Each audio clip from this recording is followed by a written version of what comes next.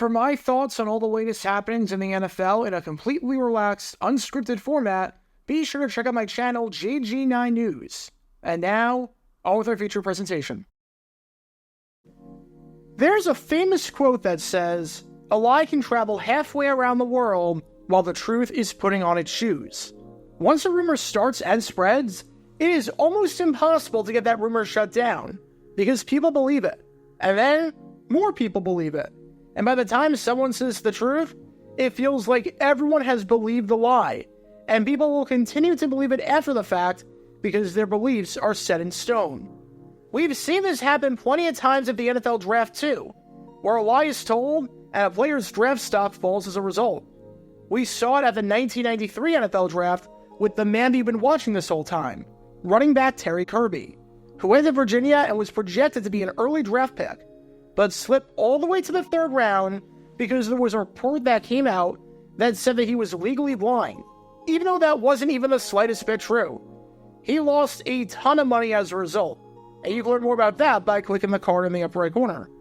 We also saw that the 1970 NFL draft with fullback Jim Otis, who somehow slipped all the way to the 9th round with pick number 218, despite being projected by everyone as an early pick. And that was all because of a false rumor. You can learn more about that by clicking the card in the upper right corner. And at this draft right here, the 1989 NFL draft, sure enough, it happened again.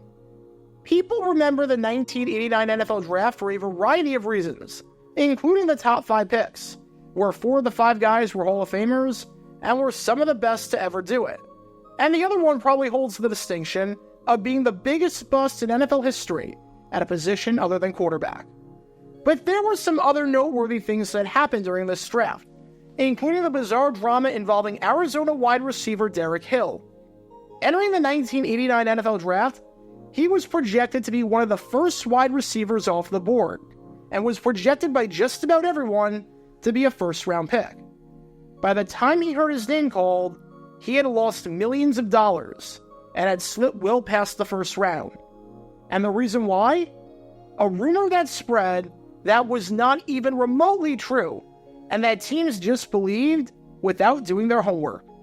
Because this is the story behind Derek Hill, and the controversy of the 1989 NFL draft, with the lie that cost a man millions of dollars. Before I talk about the actual lie in question, we need some context to understand just who this man right here, Arizona wide receiver Derek Hill, was, and why he was projected to be a super high draft pick in the NFL.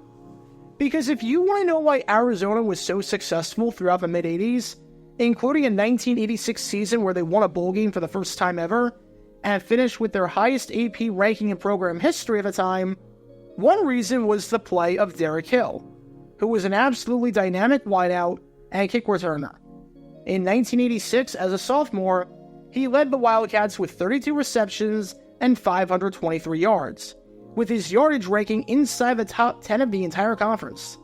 In 1987, he had his best season yet, hosting 798 receiving yards, or literally half of Arizona's total receiving yards from the season, and 45 catches, while the rest of the Wildcats had 50 catches combined. This offense ran through Hill in the passing game, and for his efforts in 1987, where he finished 3rd in receiving yards and 6th in receptions across the entire conference, not only was Hill named an All-Pac-10 first-team member at wide receiver, but he also made it onto the second team as a kick returner, showing his extreme versatility at multiple positions in multiple phases of the game. No, his 1988 stats were not as good, but it's tough to blame Hill for that, seeing as Arizona switched to an option-style offense, limiting the number of passes that they threw. Even with that, Hill still played well, as his 25 catches were more than double the next closest player on the team. His 508 receiving yards were more than triple the next closest player on the team, and his 5 receiving touchdowns were not only a career high, and were not only 8th in the conference, but were more than every other player on the Wildcats combined. Plus, his 20.3 yards per catch that season not only ranked inside the top 10 of the NCAA, but ranked first in the Pac-10, making Hill just the second player in school history, alongside Brad Anderson in 1982, to lead the conference in this category amongst all qualified players. By the time Hill graduated from Arizona, he had established himself as one of the greatest wide receivers in program history. By having sole possession of leading the team in receptions in 3 consecutive seasons, from 1986 to 88, he became the first player in Arizona history to do this. His 1,925 career receiving yards at the time ranked as the 3rd most in program history, only behind Theo Bell and John Horton. His 15 career receiving touchdowns at the time ranked 4th in school history, and his 3,830 career all-purpose yards at the time ranked 4th in school history. Hill was a great player that Pac-10 fans knew a whole lot about, and everyone knew that he was going to go pro and be one of the first guys off the board, due to what he offered not just as a receiver, but as a kick returner and a punt returner. And I want to give you some idea of where Derek Hill was projected to go entering the 1989 NFL Draft, because he was going to be one of the first players off the board if all went according to plan. The Boston Globe not only had Hill as one of the top 5 receivers on the board, but had him as the 26th best athlete in the draft, so a projected late first-round pick based off of that. The South Florida Sun-Sentinel said that if the Cleveland Browns do not take Eric Metcalf in round 1, since he wouldn't be available, that the next man up would likely be Arizona wideout Derek Hill, so a mid-first-round pick. The legendary Dr. Z, Paul Zimmerman of Sports Illustrated, who was notoriously accurate with his mock drafts, had Derek Hill as the 20th pick in the draft to the Cleveland Browns. The Kansas City Star said that the Browns love skill guys with speed, and for that reason, they would take Arizona wideout Derek Hill. Just ignore the awful typo in the article that had Hill being a receiver from Arizona State, which is a huge error, seeing as Arizona and ASU hate each other. It would be like saying Tim Tebow played college football at Florida State. The Hartford Courant had Derek Hill going 20th to the Cleveland Browns, saying that this move gives quarterback Bernie Kosar a big option. The Atlanta Constitution had Derek Hill as the likely pick for the Indianapolis Colts at pick number 22 in the first round. And then, you had the Lexington Herald-Leader having Derek Hill going 20th to the Cleveland Browns, saying, more than anything else, the Browns need to add some flash to their increasingly lackluster offense. So you get the idea. All of these mock drafts had Hill as a first-round pick, to the point where if he did not hear his name called in round 1, it would come as a massive surprise according to many. But when the first round ended, sure enough, Derek Hill did not hear his name get called. 4 other receivers heard their name called, including Eric Metcalf to the Cleveland Browns, Hartley Dykes to the New England Patriots, Andre Rison to the Indianapolis Colts, and Sean Collins to the Atlanta Falcons. If someone told you an Arizona wideout would have been taken in round 1, odds are you would never believe that it wouldn't be Derek Hill, and instead would be a Northern Arizona wideout in Sean Collins. But Derek Hill had to continue to wait. Maybe he would go in round 2. However, despite 3 receivers going in that round, none of those guys were Derek Hill. You had Virginia wideout John Ford going to the Detroit Lions, Auburn wideout Lawyer Tillman going to the Cleveland Browns as they doubled up at wide receiver, and NC State wideout Danny Peebles going to the Tampa Bay Buccaneers. But still no Hill. And as we enter the 3rd round, another wideout went off the board at pick number 60. But that wideout was NC State wideout Naz Worthen, who went to the Kansas City Chiefs. It wasn't until the Pittsburgh Steelers pulled the trigger on Hill with pick number 61 that Hill finally heard his name called, ending an agonizing wait and turning what should have been a celebratory day into somewhat of a bummer because of how much money he just lost. Every board I could find, at minimum, had Hill as one of the top 5 receivers in the class. Very few people had him slipping outside the top 20. No one in their right mind had him slipping outside the top 40, and you'd be looked at as though you had 3 heads if you said he'd slip out of the top 60 and be the 9th receiver off the board in the 3rd round. Which raises the ultimate question. What gives?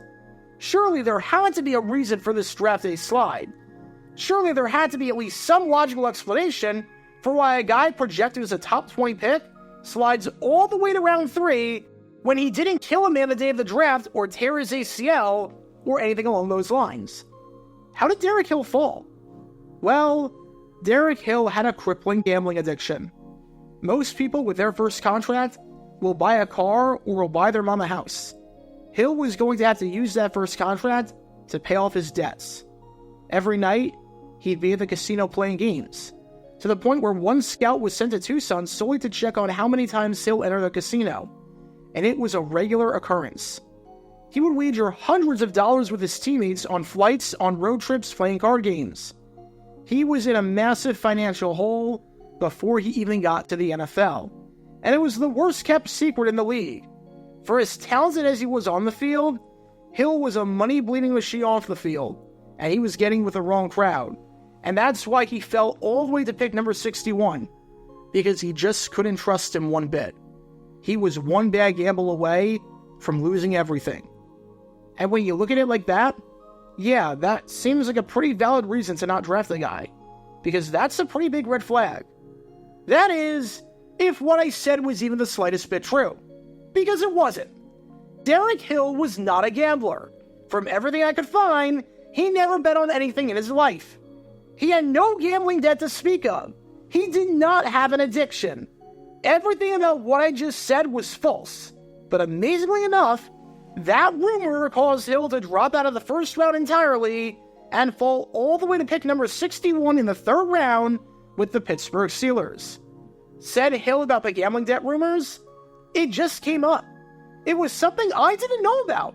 Something I didn't know I had a problem with. Somebody was spreading something about a gambling debt. He then added, it just came up from a team.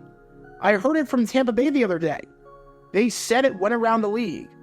As Hill would say after the draft, there were some things about me having a gambling debt, which was not true at all.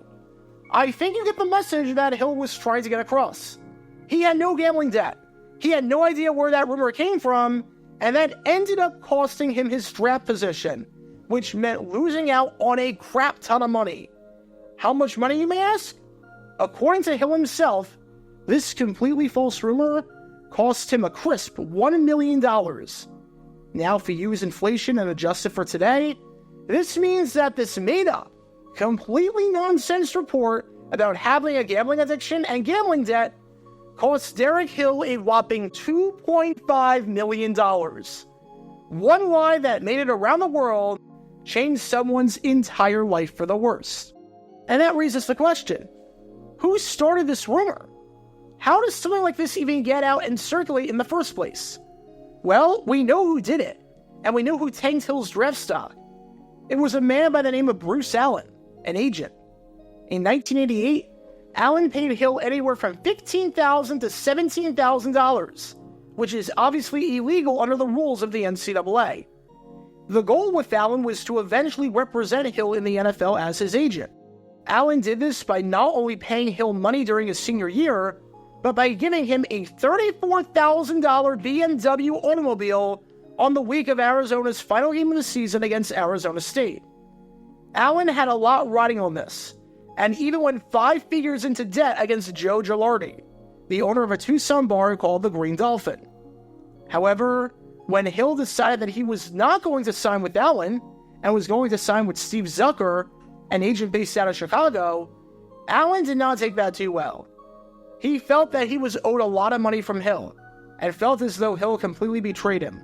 So to get back at Hill, he started a rumor that Hill was a massive gambler and had a ton of gambling debt. And this isn't me just speculating that.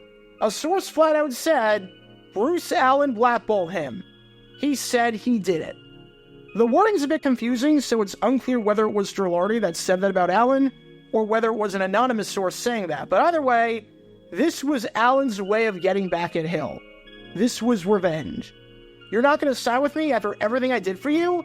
After all the money I gave you and after all the stuff I gave you? I'm going to tank your draft stock and cost you a fortune. And somehow, it actually worked. But you would think that teams would ask him about this, right?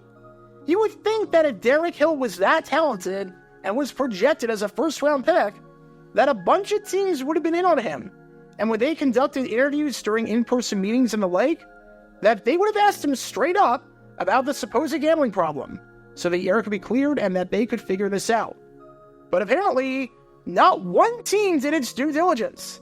They heard this rumor, which originated from one singular person who clearly had an agenda and a vendetta against the player who spurned him and wanted to get even, and they just took it as gospel without any other evidence to support it, and without any follow-ups to figure out how deep this addiction went, or the validity of the supposed addiction.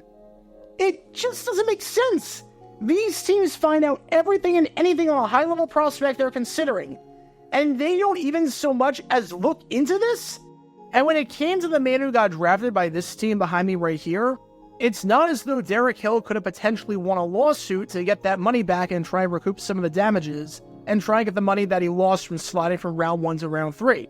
Because there's no way to prove beyond any shadow of a doubt whatsoever that this false rumor was the only reason why he slid from potentially the top 20 to outside the top 60. I mean, we have a pretty good idea as to why it was the case, but remember, even though Arizona's offense did change in 1988 to a more option-style offense, his numbers did drop, so that could be used as a cover-up and a rational explanation as to why he fell outside the top 60. So this is just a very unfortunate situation for Derek Hill, that this one lie by a guy who clearly had a vendetta against him ended up costing him and his family a chance to live relatively comfortably for a bit.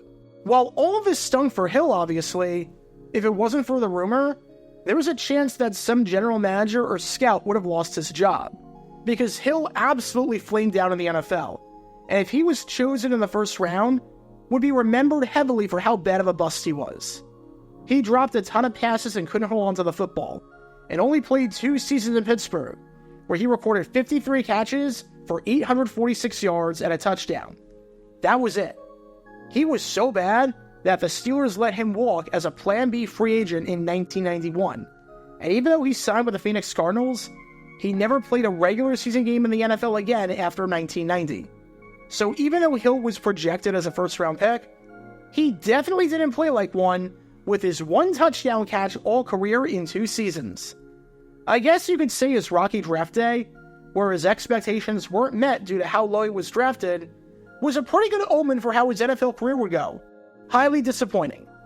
Still, it obviously stinks for Hill, even if he wasn't a good NFL player, that he couldn't cash in because of something completely outside of his control that wasn't even the slightest bit true. Because when it came to the man you've been watching this whole time in Arizona wideout Derek Hill, when it came to his quote-unquote gambling addiction, I think it's safe to say that he was dealt a really bad hand. Get your official Jaguar Gear 9 merchandise by going to jj9shop.com, and be sure to like and subscribe, as it really helps the channel out a lot. Join me every Wednesday night where we'll play NFL Trivia for cash prizes at 9 p.m. Eastern over on Twitch. To learn more about the history of college football, subscribe to Jaguar Gator 8. To learn more about the history of Major League Baseball, subscribe to Jaguar Gator 7. Also, special thanks to all of our Patreon supporters for helping out the channel. Your support is greatly appreciated. See how you can become a patron and request future video topics in the description below.